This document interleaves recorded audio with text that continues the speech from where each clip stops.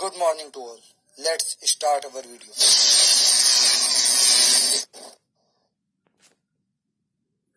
तो आज हम अपने चैप्टर 2 पर चलेंगे। चैप्टर 2 का नाम है आपका त्रुटि विश्लेषण।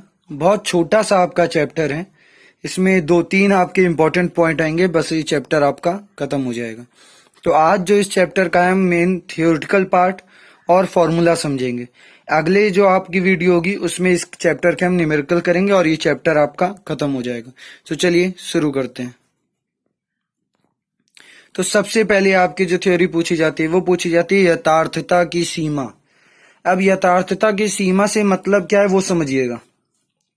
आप सभी लोगों ने स्केल इस्तेमाल किया है, जो पटरी हम लोग कहते हैं। उस पटरी से अगर आप किसी लाइन को नापते हैं, मान लीजिए वो लाइन आपकी 3 सेंटीमीटर की है और आपसे कहा जाए आप 3 सेंटीमीटर की लाइन बनाइए, तो आप बना लेंगे। आपसे कहा जाए कि 2.9 सेंटीमीटर की लाइन बनाइए, तो भी आप बना सकते हैं। पर अगर आपसे कहा जाए कि 2.85 सेंटीमीटर की लाइन बनाइए, तो अब आप नहीं बना पाएंगे, क्योंकि आपकी जो पटरी है वो आपकी सिर्फ दशमलव के बाद 1 अंक तक की वैल्यू को यथार्थ पूर्वक नाप सकती है, उसके बाद नहीं। तो वो उस यंत्र की क्या हुई, यथार्थता की सीमा, कि दशमलव के बाद कितने अंक, 1 अंक तक की वैल्यू करेक्ट बताएगा, उसके बाद की वैल्यू करेक्ट नहीं बताएगा। वही आपका यहाँ पर सिस्टम है। तो समझते हैं। किसी मापक यंत्र द्वारा शुद्धता पूर्वक मापे जाने वाली न्यूनतम माप उस यंत्र की यथार्थता की सीमा कहलाती है। यानी एकदम सही शुद्धता पूर्वक कितना न्यूनतम नाप सकता है, वो उसकी यथार्थता की सीमा हो गई। अब दशमलव के 1 अंक बाद तक आपकी पटरी नाप सकती है, यानी 0.1 यथार्थता की सीमा हो गई। अब किसी मापक यंत्र की यथार्थता की सीमा उस यंत्र के अल्पतमांक पर निर्भर करती है। एक नया टर्म हमारे सामने आ गया, अल्पतमांक। अल्पतमांक की अगर हम बात करें तो नापे जाने वाली न्यूनतम जो लंबाई होगी उसको कहा जाएगा, न्यूनतम जो माप होगी उसको कहा जाएगा अल्पतमांक। तो चलिए आगे चलते हैं, अल्पतमांक को देखते हैं। अब अगर पटरी से आपका कहा जाए कम से कम आप कितना नाप सकते हो, उसी स्केल का अगर एग्जांपल लें, तो कम से कम हम कितना नाप सकते हैं, 0.1। तो 0.1 क्या हो गया, उसका अल्पतमांक। चलिए आगे समझते हैं कि किसी यंत्र द्वारा मापी जाने वाली न्यूनतम माप को उस यंत्र का अल्पतमांक कहते हैं। अब फॉर एग्जांपल आपको समझा जाए, सिंपली आप समझिए। पहले टाइम में जो तराजू आते थे उनमें किलो का बाट होता था, आधा किलो का बाट होता था। अब मान लीजिए आप किलो के बाट से आप कोई सामान तौलनी है और आपको 1 किलो तौलनी है, तो आप वो करेक्ट 1 किलो है या 1 किलो से थोड़ा कम या थोड़ा ज्यादा है, कितना कम या कितना ज्यादा है, आप उस तराजू की मदद से नहीं बता सकते। पर जब से इलेक्ट्रॉनिक तराजू आए, आप दशमलव के बाद 2 अंक तक की वैल्यू को क्लियरली समझ सकते हैं। जैसे आपका 1 किलो मान लीजिए आपने वस्तु ली, तो आपको करेक्ट 1 किलो ही वस्तु मिलेगी उसमें। पर जब आप तराजू का इस्तेमाल करते हैं तो वस्तु 1 किलो से ज्यादा भी हो सकती है और 1 किलो से कम भी हो सकती है। चलिए आगे चलते हैं। अगला जो आपका है कि त्रुटियों की अभिव्यक्ति। तो अभिव्यक्ति का मतलब है त्रुटियां कितने प्रकार है। तो अभिव्यक्ति के आधार पर त्रुटियों को निम्नलिखित 3 वर्गों में बांटा गया है। पहला वर्ग निरपेक्ष त्रुटि, दूसरा भिन्नात्मक त्रुटि और तीसरा प्रतिशत त्रुटि। सबसे ज्यादा इंपॉर्टेंट आपका तीसरा पॉइंट है प्रतिशत त्रुटि, और बहुत इजी है, सब समझने में आपको कोई प्रॉब्लम नहीं होगी, बस आपको थोड़ा सा ध्यान देना पड़ेगा। तो चलिए देखते हैं। सबसे पहले स्टार्ट करते हैं निरपेक्ष त्रुटि से। तो निरपेक्ष त्रुटि, अब निरपेक्ष त्रुटि है क्या, फिर से यहाँ पे समझते हैं। मान लीजिए आपके सामने एक लाइन दी गई है, वो लाइन है आपकी 4 सेंटीमीटर की। आपसे कहा गया इस लाइन को नाप के बताइए कितनी है, और आपने नापी 3.9। तो यानी वास्तविक कितनी थी वो, 4 सेंटीमीटर की, पर आपने कितनी नाप के बताई, 3.9। तो ये जो गैप बीच में हुआ 0.1 का, यही कहलाता है निरपेक्ष त्रुटि। जो वास्तविक मान मतलब रियल वैल्यू, और दूसरा जो हम लोग खुद से नापते हैं, प्रायोगिक मान कह सकते हैं, या जिसको कहा जाता है प्रेक्षित मान।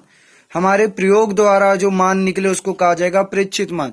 तो समझते हैं यहाँ पर किसी भौतिक राशि के वास्तविक मान तथा प्रेक्षित मान के अंतर के परिमाण को, यानी जितना अंतर आएगा उसका जो रिजल्ट है, उसको कहा जाएगा मापन की निरपेक्ष त्रुटि। लंबाई थी 4, आपने नापी 3.9, जो 0.1 की जो गैप आया दोनों के बीच में माइनस करने के बाद, वो आपका कहलाएगा निरपेक्ष त्रुटि। फॉर्मूला देख लेते हैं। तो निरपेक्ष त्रुटि बराबर वास्तविक मान, और ये जो आपका बीच में सिंबल लगा हुआ है ये आपका माइनस का ही सिंबल है।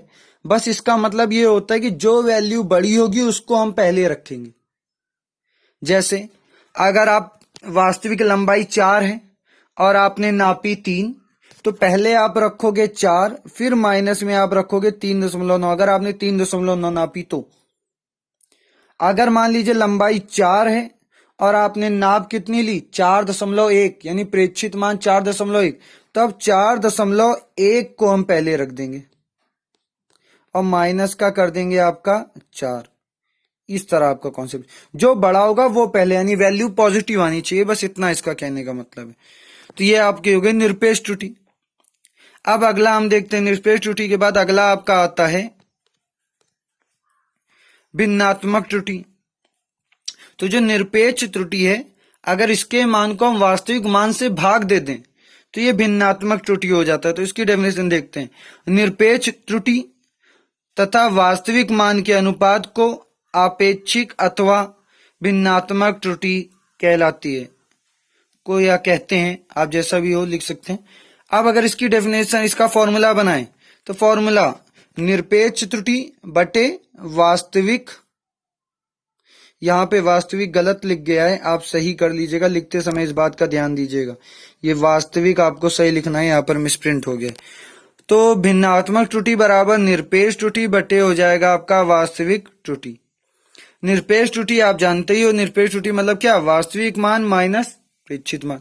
उस फॉर्मूले को आप चाहें तो यहां भी रख सकते हैं। और आगे चलते हैं, लास्ट देखते हैं आपका प्रतिशत त्रुटि। प्रतिशत त्रुटि, भिन्नात्मक त्रुटि को प्रतिशत के रूप में अगर व्यक्त कर दें हम तो उसको कहा जाता है प्रतिशत त्रुटि। यानी आप क्या कर दें, अगर उसमें आप 100 से गुणा कर दें भिन्नात्मक त्रुटि में, तो वो प्रतिशत त्रुटि बन जाती है। तो प्रतिशत त्रुटि बराबर भिन्नात्मक त्रुटि गुणे 100। अब भिन्नात्मक त्रुटि क्या होती है, निरपेक्ष त्रुटि बटे वास्तविक त्रुटि। और निरपेक्ष त्रुटि हम पढ़ चुके हैं पहले, तो डायरेक्ट फॉर्मूला इसका लिखते हैं। तो प्रतिशत त्रुटि बराबर हो गया वास्तविक मान माइनस प्रेक्षित मान, ये आपकी निरपेक्ष त्रुटि है, बटे वास्तविक मान, ये पूरा आपका क्या बन गया, भिन्नात्मक त्रुटि, और गुणा किससे कर दिया गया, 100, आपका बन गया प्रतिशत त्रुटि। तो एक दूसरे से सब रिलेटेड हैं। आगे चलते हैं और इसके बेसिक पार्ट को समझने की कोशिश करते हैं एक न्यूमेरिकल की मदद से। छोटा सा न्यूमेरिकल है, आप डायरेक्ट वैल्यू खुद निकाल लेंगे। तो चलते हैं, देखते हैं आपका न्यूमेरिकल। तो आपके सामने न्यूमेरिकल कह रहा है एग्जाम्पल के तौर पे, यदि किसी रेखा की वास्तविक लंबाई 5 सेंटीमीटर, प्रेक्षित लंबाई 4.8 सेंटीमीटर, यानी वास्तविक रियल वैल्यू थी 5, आपने नापी तो कितनी आई 4.8 सेंटीमीटर, तो निरपेक्ष त्रुटि, भिन्नात्मक त्रुटि तथा प्रतिशत त्रुटि ज्ञात कीजिए। तो सबसे पहले सोल्यूशन गिवन डेट जो जो दिया है लिख लेते हैं।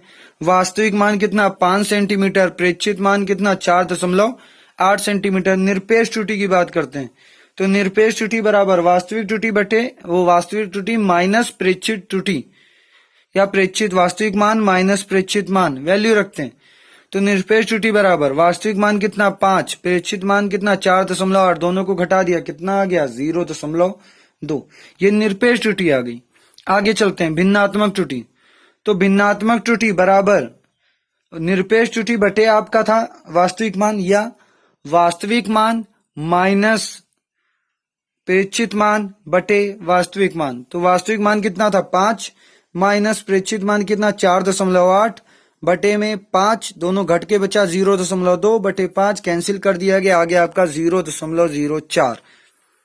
आपको ये अलग अलग इसलिए दिखाए गए कि मान लीजिए कोई एक वैल्यू आपसे पूछी जाए तो आप वो एक वैल्यू भी निकाल सकें, इसीलिए रिलेट करके नहीं, अलग अलग वैल्यू सबकी निकाली जा रही है। अगला देखते हैं प्रतिशत त्रुटि। तो प्रतिशत त्रुटि में देखें तो जो भिन्नात्मक त्रुटि होती है उसी में 100 से गुणा करते हैं, या फॉर्मूला डायरेक्ट क्या बनता है आपका, वास्तविक मान माइनस प्रेक्षित मान बटे वास्तविक मान गुणे 100। तो वास्तविक मान 5 माइनस प्रेक्षित मान 4.8 बटे में आ गया आपका 5 गुणे 100, घट गया बचा आपका 0.2 बटे 5, 100 से गुणा हो गया 20 बटे 5, कितना आ गया 4। इसके पीछे लगा लीजिएगा प्रतिशत, क्योंकि ये प्रतिशत वैल्यू है, तो प्रतिशत लगाना जरूरी। तो आपकी प्रेशर कितनी आ गई? 4%। तो आज के लिए इतना ही। कल अपनी नेक्स्ट वीडियो में हम इसके जो बाकी न्यूमेरिकल हैं उनको करेंगे। तो आज के लिए इतना ही।